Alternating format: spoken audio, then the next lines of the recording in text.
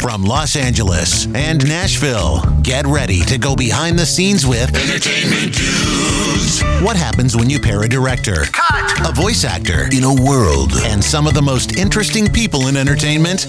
You're about to find out. If you're catching the audio-only version, we're also available on video. We're recording. Yes, I always love a good recording. Welcome to Entertainment Dudes. Another exciting episode here today for you. If you've been following so far on YouTube and on any of the podcast sites, you can follow us on iTunes. You can follow us on Spotify. Where else, Cam? You actually know the list better than I do. Anywhere. Yes, anywhere. We're on all your podcast sites. But some podcast sites were on audio only, and some podcast sites were on video. For instance, on Apple, we're on video. So you definitely do want to catch the video if you can. Do we have any video that are just video? There's no audio? Just video. YouTube, but YouTube works that way if you turn the volume all the way down. Yeah, so if you don't like listening to us, but you just love looking at us, then what you want to do... That's like just a preview of what the show will be like. You are really, really going to love those episodes. You're welcome. Yes. So I see you have Emmy with you today. It's always good that she's a part of the show, and her sister. Yes, they're with me. Wait, is your thing is expanding behind here? We have Marvin the Martian. Oh yes. Oh, we got Fred Flintstone. Bonnie. Yeah, we got him. Got Elroy Jetson. So yes, it's expanding. I don't think we've seen Elroy. I think our audience needs to take a look at Elroy here because his boy Elroy. Yes. Jane, Elroy. His wife. Bop, bop, bop, bop, bop, bop. Anyway, and guess what else we have? Another guest. I have refurbished my NBC chimes. Can you do the doon doon doon? I can. These were given out to executives at NBC and affiliates. So here we go. I mean, things that you didn't know that you needed in your life. It's fun. It's amazing. Yeah, it's fun. So thank you to Right Brain Creative Services of Glendale, California, for making this contraption. Very nice. Yes. And if you want Cam to send you one of those, just enter the code CAM. All right, one more time. Is that copyrighted if you use that on here? Or are you going to get in trouble for that? Just mute it. Mute it. Okay. Guess who do we have on the show today, Mr. Jason? All right, we have an incredible guest. I think you're going to be very, very excited to meet Mr. Shun Lee Fong. He is a connoisseur and savant in all sorts of areas in terms of production, writing, music, singing. It's one of those guys who can just do it all. And he is the president and creative director at Greenhouse Productions. Okay. And we're going to learn more about what that is. We're like, what is that? You're going to find out. We go, okay, he's in the show. There you are. Welcome. There we are. Just pop up. Pop right in, don't you? Yeah, sure. I mean, we're talking about you. You might as well be face to face. Oh, my ears are great. That's right. Didn't hear any of that, did you? No, none of it. None whatsoever. Yeah, I know that you didn't know you were going to be on the show today, and we just interrupted a Zoom feed, so... That's right. Just popped in, Well, like my cat just popped in. So. Yeah, my dog's wandering around here someplace, so you'll probably see him too. Yeah, so I'm sorry, you got to see the front part of the show live, so experiencing that for the first time. It can be traumatic. We do have counselors that are available at the end of the show, so please stay tuned for that incredible experience. On a very special episode of Entertainment Dudes. Psychological evaluations. Yes, we get there a little bit later. Our goal is all guests cry, whether we physically have to do something or, I'm an actor. I learned to cry on cue, so, Good. Let's let it be about something completely inane, like... when you have to cross the button and you push the buttons here in Los Angeles and it goes, please wait. And then just start crying at that point. There's something in my eye. Wait, please wait. So awesome. Well, as you know, kind of the show, we like to talk about to the people, the unsung heroes, oftentimes behind and on camera, who are making things happen. And you started in Nebraska, Iowa. I mean, you went to school for acting, right? No, you went to school for something entirely different. Yeah, something entirely different. I started out in journalism, and then I ended up in law school, of all places, which, there's this short leap from being a lawyer to being an actor. And you stand up in front of people and you tell a story, and you hope that they buy it. You're usually lying, and hopefully it resonates with them emotionally and logically. And so, yeah, it was just. And if you play a lawyer, it's full circle. You have your fingers crossed behind your back, so it's okay, right? That's right. Exactly. Yeah. So whenever you're acting, you also do this. I love you so much. So so law. I mean, you're part of a large family. I guess you said how many brothers and sisters do you have? There's 8 of us all together. There's 4 boys, 4 girls. Yeah, we're rarely in the same place at the same time because there's just too many of us. Wow. So was it always like, hey, everyone's going to be an attorney, everyone's going to be a doctor? Are you guys creative, or are you the black sheep of the family, or what? Yeah, actually, it's both. I mean, I come from a very, very creative family. All of us are musicians or in the arts in some fashion. I've got a sister who's an arts manager. I mean, we do it all. But then again, we came from that that very driven family where they're like, hey, you need to go be a professional, do something with your life and change the world. And so there's a little bit of both. And it wasn't always easy to handle both, because you can imagine being a lawyer is very left brain. You don't get to be very creative. You start getting creative as a lawyer and they start talking about disbarring you. And so, I was sneaking out of my law firm at lunch to go do auditions and just praying that nobody in my firm would ever see anything I was in, because I knew I was going to get in trouble if they did. Well, especially if you were like showed up on a rival attorney's law firm, like, I was injured in an accident and I called the law offices of Marja. They're like, what? Yeah, that would not go over well at all. I didn't sign a non-compete clause for this. I should be fine. So you were a teacher for a while, and I taught at the New York Film Academy some. I had kids in that class in my school that would their parents were adamant the fact that they had to go to become a doctor, they had to become an attorney, a lawyer, or else they didn't really count. Well, it wasn't a real profession or career. And I often think that the creatives get swept under the rug in terms of taken seriously, but like you and I know, like what you said, our creativity comes from the creator. It's innate into who we are. And I love the fact that you said, like, I was doing the attorney thing, but inside that creative in me is just eating me alive. It cannot be contained. Yeah, absolutely. Yeah. And fortunately, I had parents who are creatives themselves. My dad was a math and statistics professor, but his real love was playing piano. I mean, he wanted to be a classical pianist, and my mom, she was in band and stuff like that. So they had kind of instilled that in me, that was an important part of who we were as whole people.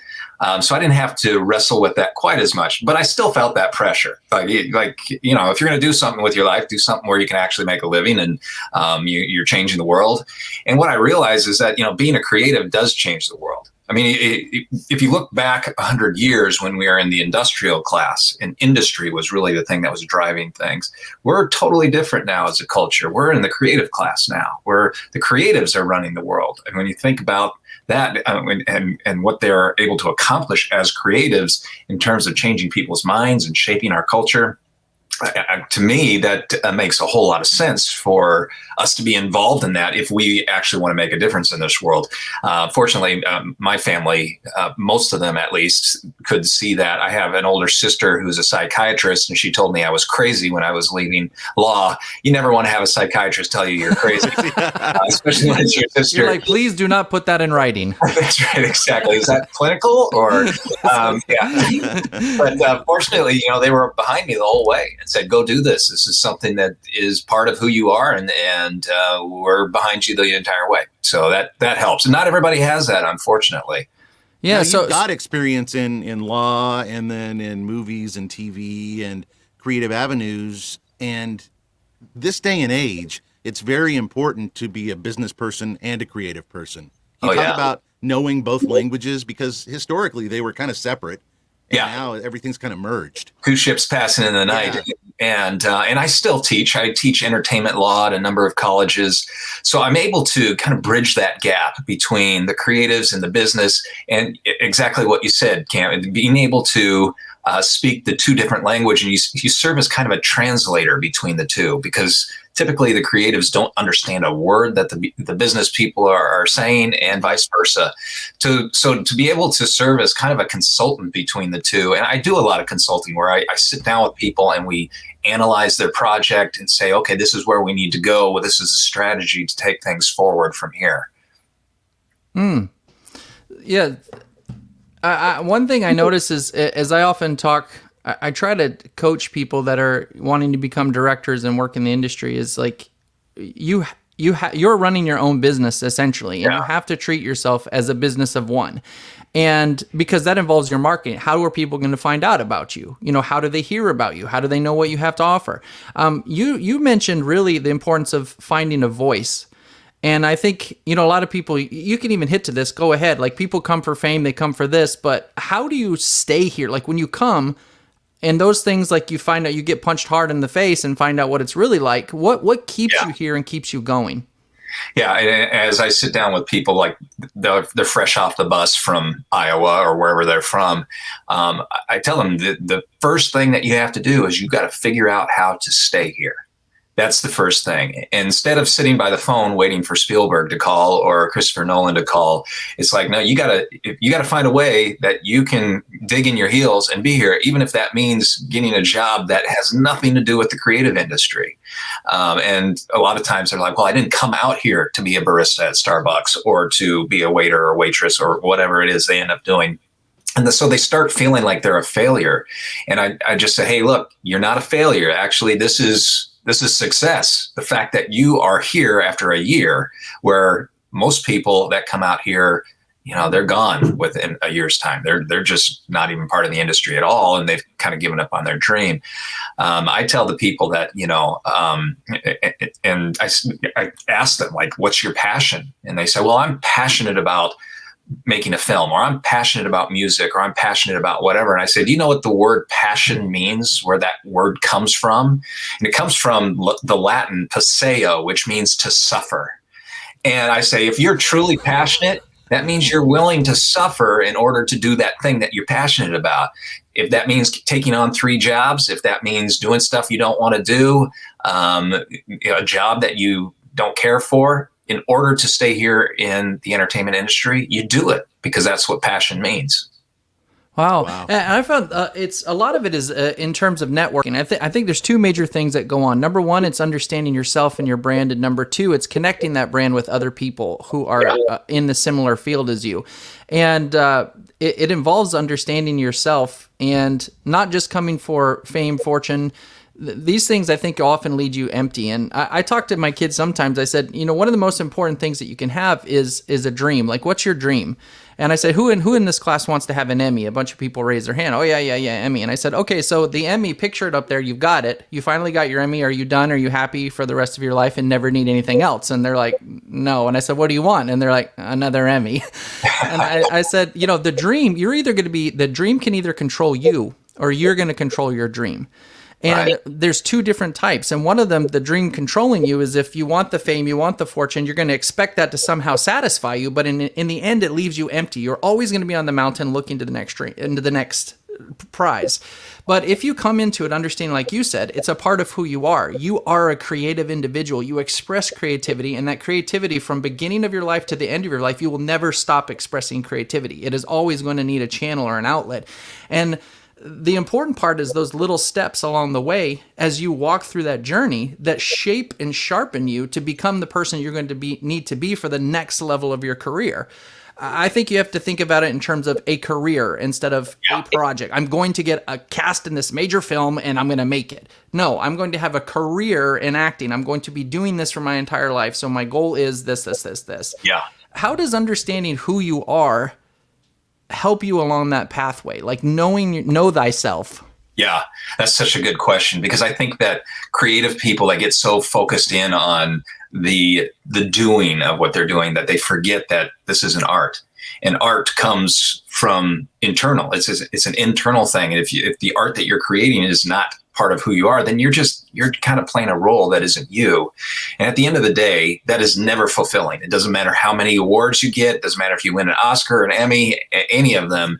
If you're playing something that is not actually you, at the end of the day, you're going to be left wanting. You're going to be left feeling like you're not whole. So knowing who you are is really important. I think there's three main aspects of knowing who you are as a creative. The first one are your skills and strengths. I think, a lot of people are like, oh, well, my grandmother told me I did a really good job when I was in South Pacific in high school drama, and they think, well, that translates to me winning an Oscar, when it probably doesn't. Okay. So being honest about your skills and strengths and the things that you're actually able to do or actually able to learn, I think is important. The next part, I think, is your dreams, what you were talking about. I think your dreams are really important. Those are the things that resonate with you on a heart level, on an emotional level. These are things that make me get up in the morning and be really excited to be alive. Those are your dreams, the things that you can figure out in your head, the things, wouldn't it be great if I did this? And then I think the third part of knowing who you are your passions, what we were just talking about. What are those things that make your heart pound? What are the things that really make you come alive emotionally?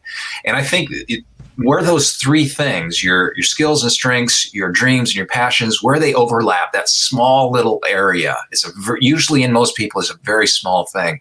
That is where your calling is. And I think that's what we're as creatives that we have to find out. What is our calling? What was it that I was created for? Why am I alive? And if we can find out what that little thing is, we step into that little area that's unique to us, and then we're changing the world from who we are, as opposed to this is what I need to become in order to be fulfilled. It's a very intuitive approach, as opposed to trying to play that role that the world tells you that you have to play in order to be somebody. A lot of times, including myself, I talk to people, and you got to go back to when you were a little kid, and what did you do? What did you play with? What did you, what just made you go, wow, when you were a little kid? And that turns out to be your calling. I was doing cartoon voices when I was a kid, and end up being in voiceover, but that's after being in TV news, after being a director of photography, and just end up back voicing and singing. And that's always, as long as I can remember, been my calling. I think that's so cool. And when you can identify that, what you did as a child. Yeah. Like I was a storyteller when I was a kid. I loved the process of telling stories. In fact, even when I was in law school, I was more interested in the stories of the cases than the law that went with it. And I began to recognize that in myself. It's like, I love story. I love telling stories. I love communicating stories and causing people to have an emotional reaction. I think the other thing, the flip side of that, of what you're saying, is that we can also look at the things that make us really angry. The things that we're like, man, I can't stand this about the world. I can't stand this about our culture. I can't stand that. And between those two, you look into the things that as a kid made you come alive. You look at the things that really make you angry. Wow. I think you meld those two together, and that's where your calling is. Wow. That's where you were created to do something to change the world and make it a better place. That's fascinating. I often walk when I work with the guys and girls at the school. The first question I ask all my directors is, "What's your purpose?" Yeah, and they're usually shocked. I don't ask them. I say, why are you in film school? I want to be a director. No, like why do you exist? Why are you here at all? Yeah. I said, because out of that understanding about yourself, all action flows through that understanding of your concept of yourself, why you exist, a purpose. The next thing I asked them is, if you died today, but you could tell the world 3 things that they would remember forever, what would those 3 things be? It's like what you said, the things you either hate or the things you absolutely love. Most important, loyalty is the most important thing that you can have in a relationship. Okay. Or, whatever that might be for you specifically, because those are the drivers, those key motivators. And then I ask, what are your dreams and what are you willing to do to achieve them? Because I think the dream is the motivator that gets you to leave the safety and comfort of where you are to go risk something. That's what happened with you. And I'll say to them, I say, for example, outside in Hollywood, there's the Hollywood Hills, and there's a tree up there on top of it, right behind the Hollywood sign, and it's called the wisdom tree. There's like a box up there you can go into and put little bits of wisdom or glean wisdom from. And I said to my students, I go, look, it's 105 degrees out there. Who wants to hike to the top of that hill right now in 105 degree weather? Who wants to go? No hands. I said, but what if I told you there's $1 million at the bottom of that and whoever gets there first can have it? Every hand went up. So the motivation is that dream to get you to go to become somebody. It's going to hurt along the way. And it's like you said, the suffering is that journey about who we become.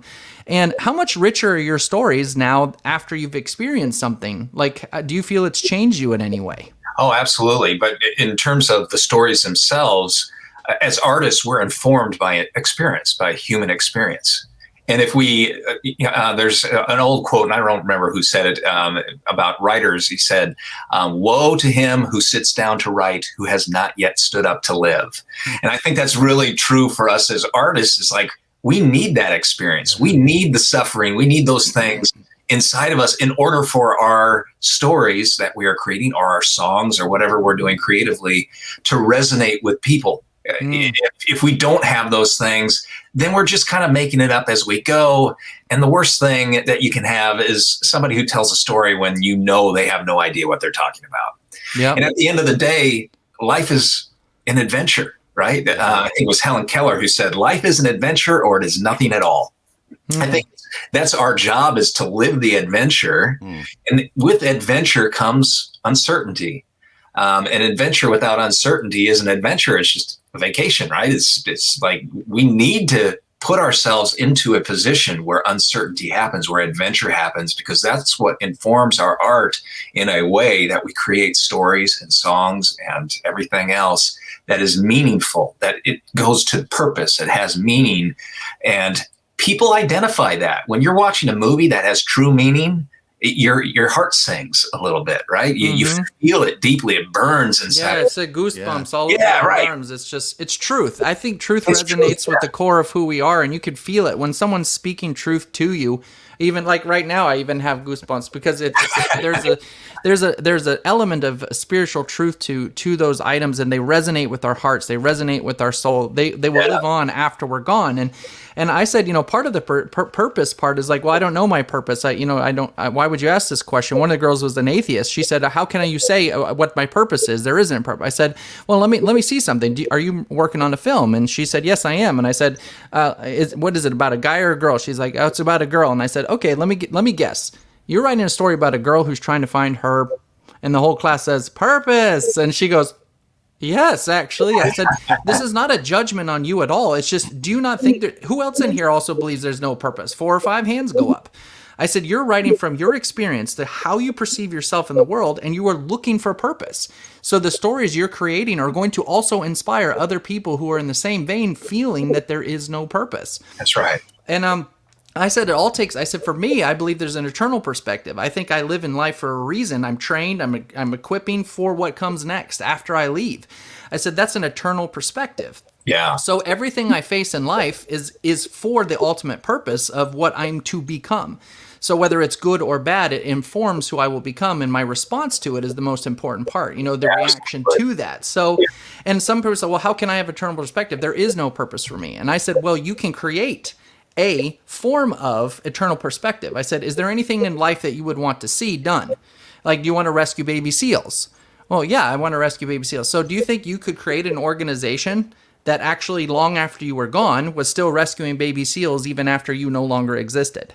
Yeah. And they were like, actually, yes, I could do that. That's shifting to an eternal perspective. So whenever you go through the stuff as a creative, and because there are like this ups and downs, sometimes it's amazing, and sometimes you just like, why am I doing this? Why am I hate this. Why am I doing it? That eternal perspective says, no, from this, I am learning perseverance. Perseverance informs me to be able to create this organization. I'm going to need that information. It all becomes valuable. Every experience has value, and you can use that as a storyteller, and you can use that as a producer, as a writer, as a musician, and those things, experiences, inform our creativity. And I Yeah, love that's so that. good. Yeah, I mean, and coming back to, an earlier question where we were talking about, like, as you're getting started in Hollywood. I remember when I first got here, I'd left my law firm. Here I am. I'm in LA. My agent in Omaha, where I'm from, got me my first agent here in LA, and I hit the ground running. I mean, I was booking stuff. I was in the union. I was in SAG-AFTRA within just a few weeks. Everything was going really well. And then suddenly, radio silence. Like nothing was happening. The phone was not ringing. My agent wasn't sending me out. Suddenly I was like, nothing. And I'm like, wait, what just happened? And we have to realize that even the downtimes, the times that seem like you're in the middle of the desert, there's purpose with that as well, that you can glean something really good. And it's not just a silver lining. There's something I can learn from the dry times that can then be incorporated into my art. There's something that can be learned from the amazing times where things are going really well, the fruitful season. But both of them are good. We need both of them, because if we don't understand suffering, how can we talk to a world that is suffering? They're just going to look at us and they'll say, well, you don't know what you're talking about because you've never suffered before.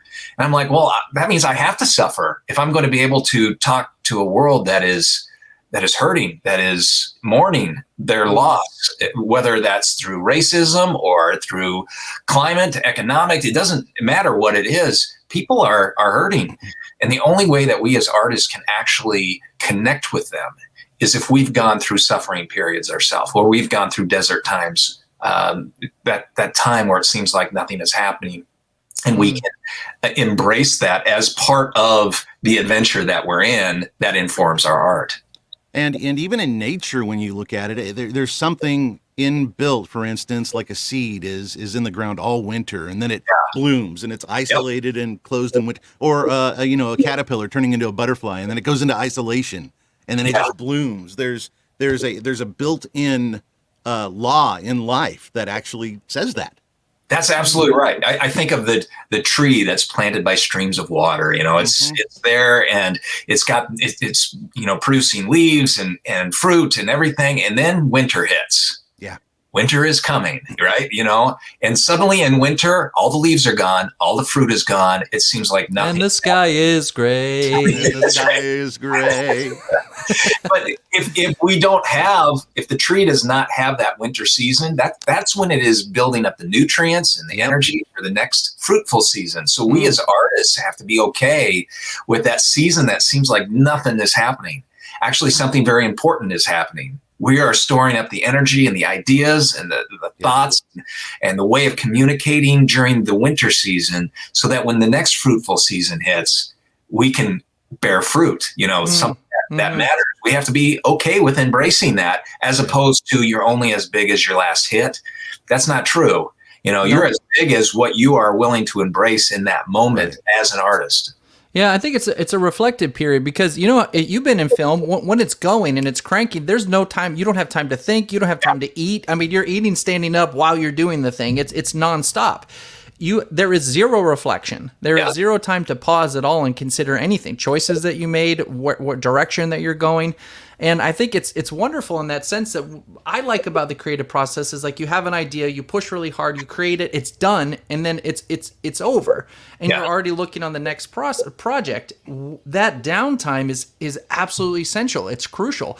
Yeah, I often say, like, when you go to the gym, in order to grow muscle mass, you have to tear muscles. Things tear, they break. You will not grow if you do not tear. So I consider life's gym. I call it life's gym. And, your trainer, instructor, you just have no control over when you get to go to the gym. It's like, you're going to learn patience. No, I don't think I'd have patience. Boom, here you go. You're in life's gym. So I think we're getting stretched for those purposes. And what it creates is it creates empathy. And I think empathy is the bridge that connects people. Honest, open, real relationships between the connection of suffering and understanding of humanity itself bridges people together. And empathy is able to tell a story from the experience of having experienced it yourself. And if you do it with honesty and you do it with integrity and you're open about it in terms of your characters, or even in your own creation of it, your writing, you're going to connect with people on a level that you cannot connect with people just coming up with an idea. The idea is wonderful. Great. It's a fantastic idea, but what's the bridge that connects your idea to the hearts and minds of the people that are watching it? And it comes from what experiences have you had? Like, what can you relate to? What can you connect with? And then how can you formulate that into a story, your life story, that's going to take your idea and make it impactful in a way that 100 years from now, somebody can watch that movie, and even though it's like 100 years ago, it still resonates with them because there's that seed of humanity that you planted in it that can blossom throughout as long as the medium exists. Right. And I call that moral truth. Like there's something that we learn from life about morality that it instructs us as humans. And you can put that into a film or into a story that is totally fantastical, right? Like Lord of the Rings or Star Trek, or, you have these fantasies, but underneath it are these moral truths that we need to remind ourselves of over and over again. Because let's face it, we as human beings are kind of stupid sometimes. We need to remind ourselves what is true. What is true? Yeah, point right here. This guy. And I think that what concerns me is that a lot of artists come to the greatest creative industry on earth that in history. Okay, we have the entertainment industry as it exists now, but a lot of artists come to it uninformed about what truth is and what moral truth is and how it plays a vital role in story. We've all seen movies or television shows where at the end we're like, okay, it was a lot of eye candy, but did I learn anything? Yeah. Mm-hmm. No, we didn't, because there's no real inherent truth in the story itself. And I think that's what, like, coming back to Lord of the Rings, that's what makes it such an amazing story, even though there is no such thing as hobbits. I don't know, spoiler alert there, but there's, I'm sorry, I just totally ruined your day. But, there's, these things don't exist, but the truth that underlies Lord of the Rings does. And we can be informed by those things in a way that not only is like, oh, that was a good story, but like, no, that just changed my life, And isn't that what we're about as artists, is like to have that connection with people, a relationship with people on an emotional and logical level, so that their lives are changed, as opposed to, I just wasted 2 hours in the movie theater. Right. Mm-hmm. Yeah, one of them is just like numbing the pain, and the other is engaging in a meaningful way that leaves you reflective or considering or inspired or hopeful. I always like, I think I always like the ideas of in a story you can have a challenge, but I don't like to watch a depressed character who's depressed, who ends up being depressed, who ultimately destroys themselves because they're depressed. To me, I think there's a responsibility we have as directors and storytellers to recognize that the impact that we have on our audience matters, and we're actually responsible in a way for what impact that has. I can't make you feel a certain way, but I can understand that the things I choose and the decisions I choose in my storytelling will have an impact on my audience, and I am responsible for that impact. And I'm a person who believes in hope. In on that, because that is so key, man. That is so key. My first acting coach when I moved here to LA, I remember he said, we live in a world of the numb, the people who have forgotten how to feel. And it's our job as actors, as writers, as filmmakers, as musicians, as voiceover artists, whatever it is our craft is, it is our job to remind people how to feel authentically. And that's our job as artists, is to remind them of what it means to be human. Not in a preachy sort of way, but in just like, hey, remember this feeling? This is true. Okay, remember this because this is part of who you are. And I think that's our job, to learn how to do that effectively. Wow. Talking about, we've been talking about learning and feeling, and can you talk a bit about the greenhouse and the studio and the labs and the workshop and how all that plays into what we've been talking about? Absolutely. So I remember back when I was a lawyer and I had all these creative stirrings in me, and I'm like, I have nobody to really help me through that process. And then I moved here to LA, and I realized, even in the midst of one of the most creative cities on earth, people are still struggling with that. Like the creative artists who are struggling to have relationship with one another in a way that's productive for both of them. And so over time, I was like, you know what? I'm going to get a handful of people together, and we're just going to have a conversation about what does it mean to be an effective creative artist? What does that look like? How do we serve one another? How do we serve our community? And out of that was born the Greenhouse. We started with 5 people. I think we met in a church basement someplace. It wasn't even my church. It was just like, here we are, let's have this conversation. And I remember saying to them, hey, if there are other people that need to be a part of this conversation, invite them. This is for everybody, all creative artists, no matter what their background is, no matter what their faith background is. Let's have this conversation about what it means to be an effective artist. And out of that, the Greenhouse was born. That was back in 2007. And since that time, we've had about anywhere from 9,500 to 10,000 people from all over the world come through the Greenhouse, getting mentoring, going through workshops on different topics of being an artist, whether it's film, television, music, etc. All stripes. We have all sorts of artists, people who can do stuff I wouldn't even dream of trying to do, like dance and things like that nobody wants to see. It's like a stick having a seed. They will actually pay not to see. That's right. How much can I pay you to not dance? Right. I will give you money if you will stop. Exactly. So in that time, we've just had lots of people, and we've been sponsored by some amazing organizations like CBS, Warner Brothers, and Netflix has come behind us in different ways. And especially now with the pandemic and all the lockdowns, we've had, through technology, we've been able to open this up to artists around the world. So we have people from Germany and Israel and New Zealand and Australia all coming together with the sole purpose of trying to answer that question. What does it mean to be an effective creative professional? What does it mean to be an effective creative artist? And we have all sorts of programs. The Creative Lab, we audition actors and take writing samples from writers, and then we put them into groups together, and they have to create. They're all getting mentoring. And then at the end of the month, they pick one of their short films that they've created, each group. Any gray hair I have is because of the Creative Lab, because we shoot 6 short films in 2 days. Wow. Which is just insanity is what it is. Yeah, exactly.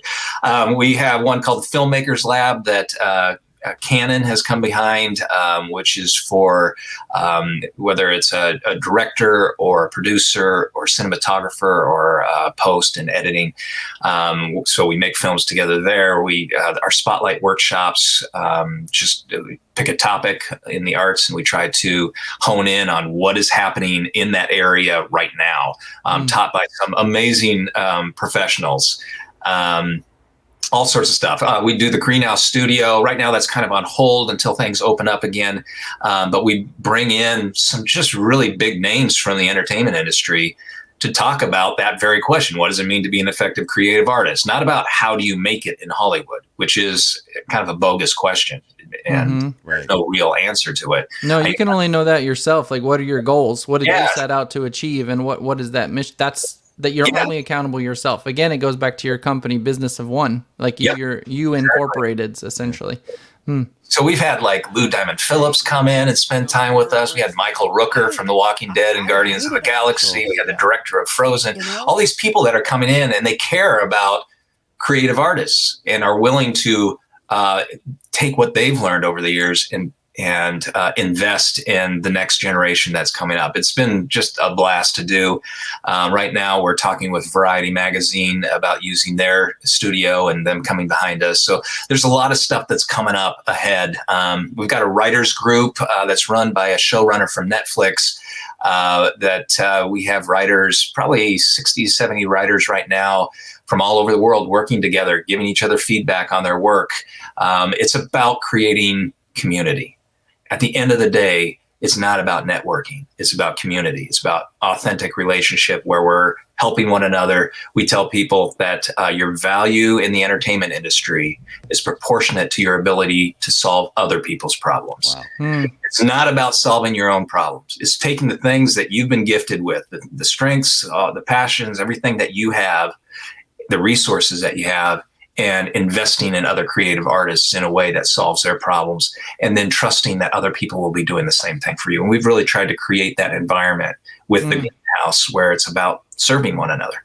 That's really cool. That's interesting. Go ahead, Cam. Yeah. No, has technology helped the collaborative process through COVID, especially? Because I could see if we didn't have the internet, we didn't have all this stuff, the collaborative process would almost just shut down. Yeah. And there goes your creativity. Talk about that. Yeah, well, we've had to, like most people going through this, we're all in this together. We're having to take the technology and kind of examine it like, okay, what are we going to do with this? Okay, so we've got Zoom, or we've got some of the other opportunities through the internet. What can we do with that to continue to build community with one another? So this coming weekend, we're doing a script read through. So we took the top scripts out of the Catalyst Writers Group that I was just telling you about, and we're taking the actors from the greenhouse community, and we're plugging them in, and we're going to do a couple script read throughs. Okay.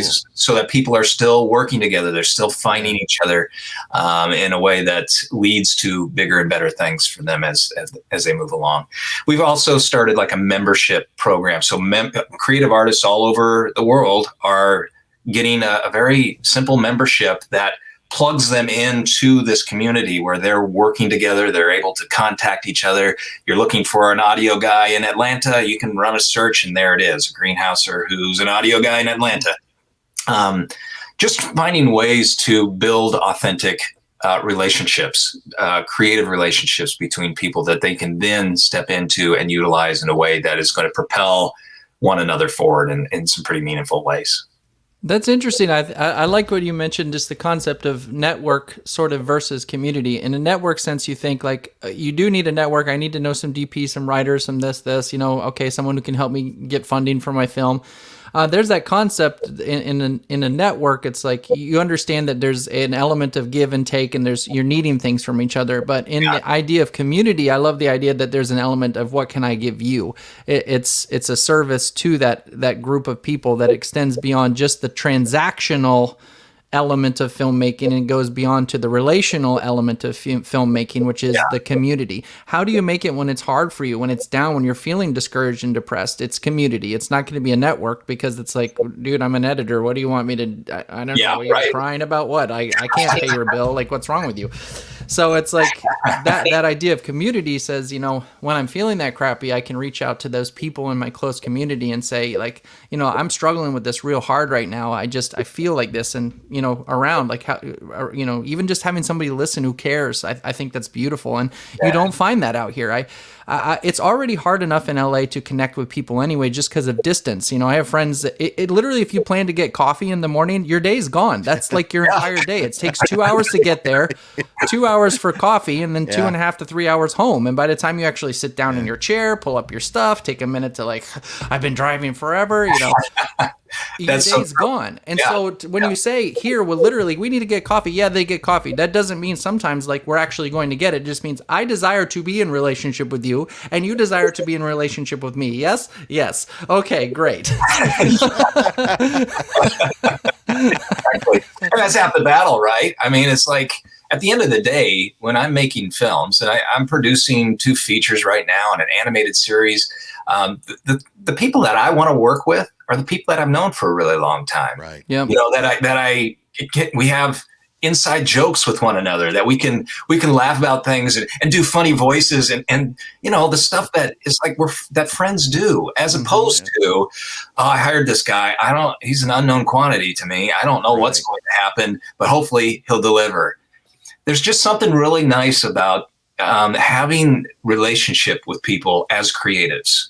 Because then you go back to that well over and over again. Say, hey, let's go do that again. Wasn't that great? Let's go do it again. And Jason and I experienced that. I've DP'd as well, and Jason's the director and so forth. And we find that when we're on the set together, is that we're in about 90% agreement, but that 10% disagreement isn't something that pushes us apart. It brings us closer together because we sharpen each other.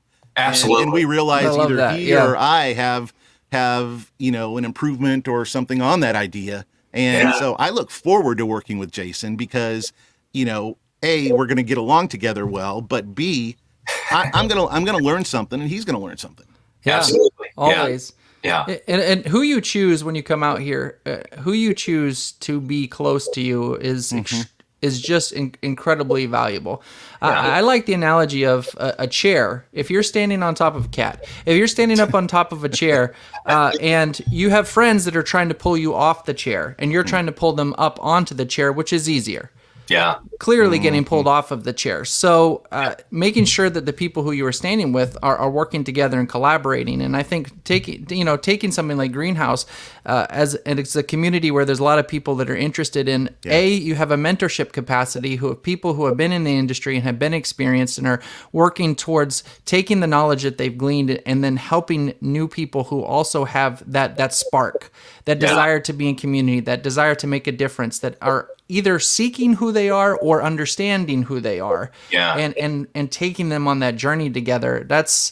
I think that's the way you need to approach the creative industry for a healthy career. It seems so intuitive, right? It seems just we talk about it. It's like, well, that makes sense. That's what we need. The problem is that like you almost never see it. Right. In Hollywood. You never see it in the entertainment industry. You see people talking a good game, but when it comes to it, when they put it into practice, they're always like, yeah, but what can I get from this person? Mm-hmm. And there's entire organizations and weird cults and, without naming any of them so we don't get sued. But, it's like those places are all about what can I get from this creative artist? Right. Yeah. Instead, we've tried to create the upside down Hollywood, not in a Stranger Things sort of way, but in a, the opposite of Hollywood, right? It's like instead of, this exclusivity, we're going to create an inclusive environment where you're welcome. Instead of like, hey, if you fail, you're out and you'll never work in this town again. We say, no, fail as fast as you can. Like Pixar says, fail as much as you can. That's how you're going to learn. And we're going to be there. So when you fall down, we're going to pick you up and dust you off and keep you going and encourage you. And where pride is such a thing in Hollywood, we're going to try to exercise humility with one another. All of these things that Hollywood is known for, we're intentionally taking those and flipping them upside down so that we've created an environment that is healthy, that is a place where you come alive and artistry and creativity flow naturally. That's why it's a greenhouse. A greenhouse is a place where it's a healthy environment where the things that you value grow naturally. That's what we're trying to create with the greenhouse. Well, I'm certainly interested. And what if our viewers are interested in possibly getting involved in the greenhouse? Where should they go? What should they do? What's the first step? Yeah. Okay. Well, the first thing to do is to go to our website. So greenhouseproductions.com, Greenhouse Productions with an S on the end.com.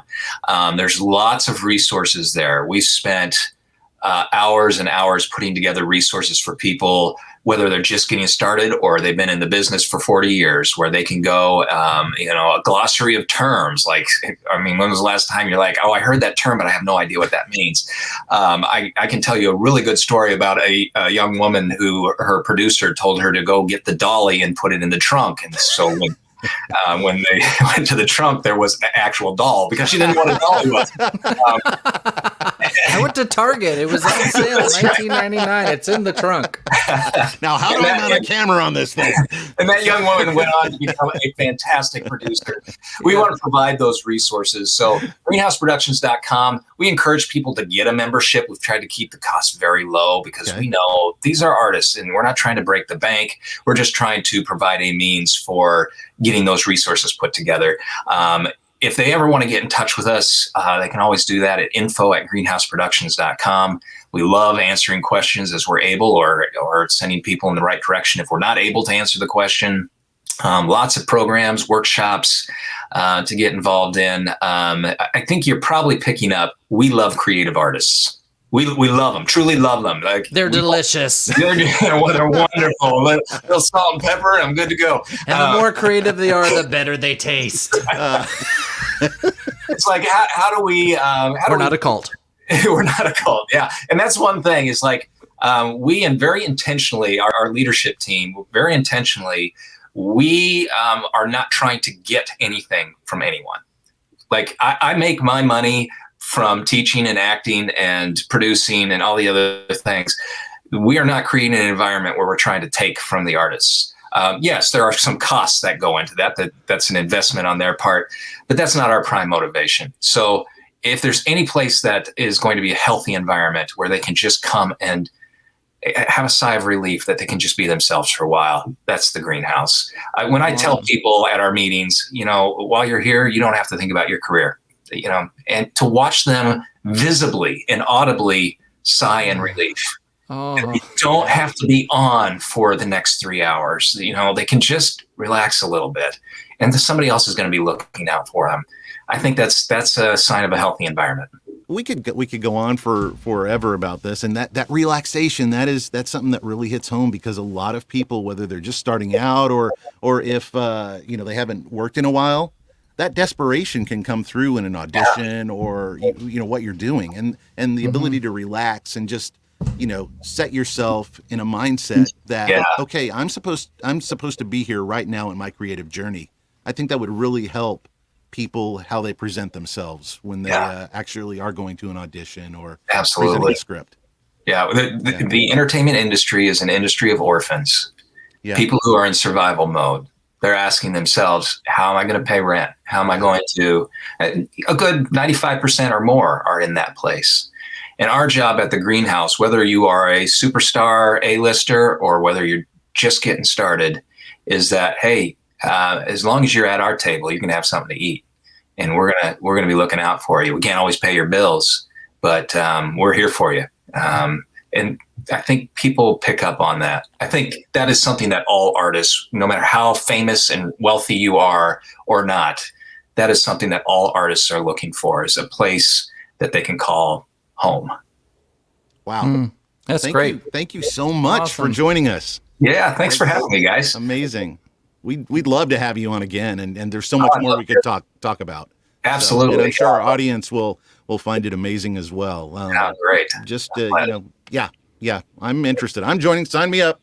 Okay. There's room for you. It's all good. Are there room for these guns though? Probably not. Yeah, we'll put those to work. Yeah, good. You're like, carry this. Hold my coffees. These are so heavy. How much coffee can one man drink? So, dude, it was really excited having you. Thank you so much. And for those of you who haven't checked us out, entertainmentdudes.com, you can find out more about the show on there. And you can also check out on our YouTube channel, which you're probably watching right now. If you don't see that, if you're hearing it, you can, like Cam said earlier in the show, watch us live. YouTube.entertainmentdudes.com will take you right there. Yes. Oh, that'll take you right there, too. That'll take you right there. YouTube.entertainmentdudes.com or watch.entertainmentdudes.com will take you to a list of wherever we're available. Yes. Your local Walmart. Yes. No, we're not there yet. We're not there. No. Yeah. All right. We're working on it.